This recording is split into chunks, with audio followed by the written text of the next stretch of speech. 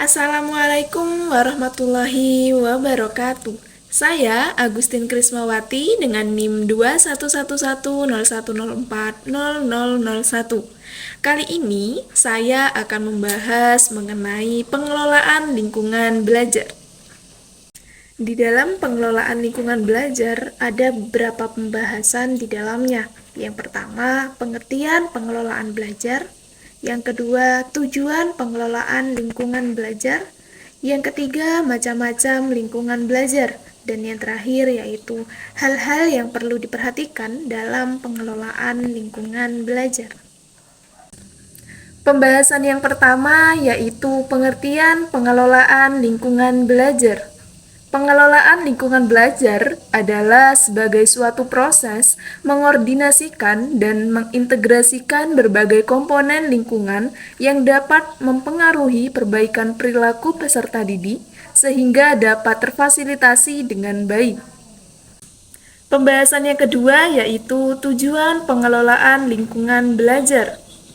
Yang pertama yaitu mewujudkan situasi dan kondisi kelas baik sebagai lingkungan belajar maupun sebagai kelompok belajar yang memungkinkan peserta didik untuk mengembangkan kemampuannya semaksimal mungkin. Yang kedua, menghilangkan berbagai hambatan yang berada di lingkungan belajar yang dapat menghalangi proses interaksi belajar mengajar. Yang ketiga, menyediakan dan mengatur fasilitas serta sarana atau alat peraga belajar yang mendukung dan memungkinkan siswa belajar sesuai dengan lingkungan sosial, emosional, dan intelektual siswa dalam kelas. Selanjutnya yaitu hal-hal yang perlu diperhatikan dalam pengelolaan lingkungan belajar.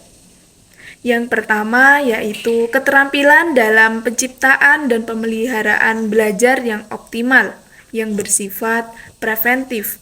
Yang kedua yaitu keterampilan guru yang berhubungan dengan pengembangan belajar optimal.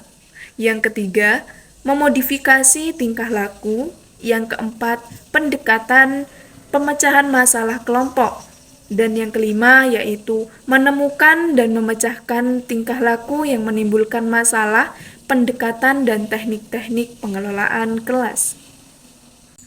Adapun beberapa teknik pendekatan pengelolaan kelas antara lain, yang pertama hubungan, yang kedua keterampilan, yang ketiga diagnosa, yang keempat mempertanyakan praktik, yang kelima melakukan praktik, dan yang keenam yaitu memeriksa kembali.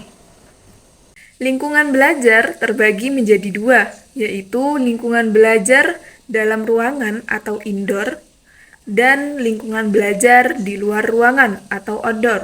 Lingkungan belajar dalam ruangan antara lain ruang kelas, ruang laboratorium, ruang auditorium, dan ruang perpustakaan.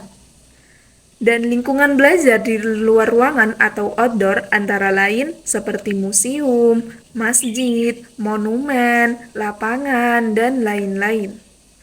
Mungkin itu saja pembahasan dari saya, kurang lebihnya mohon maaf, semoga bermanfaat. Wassalamualaikum warahmatullahi wabarakatuh.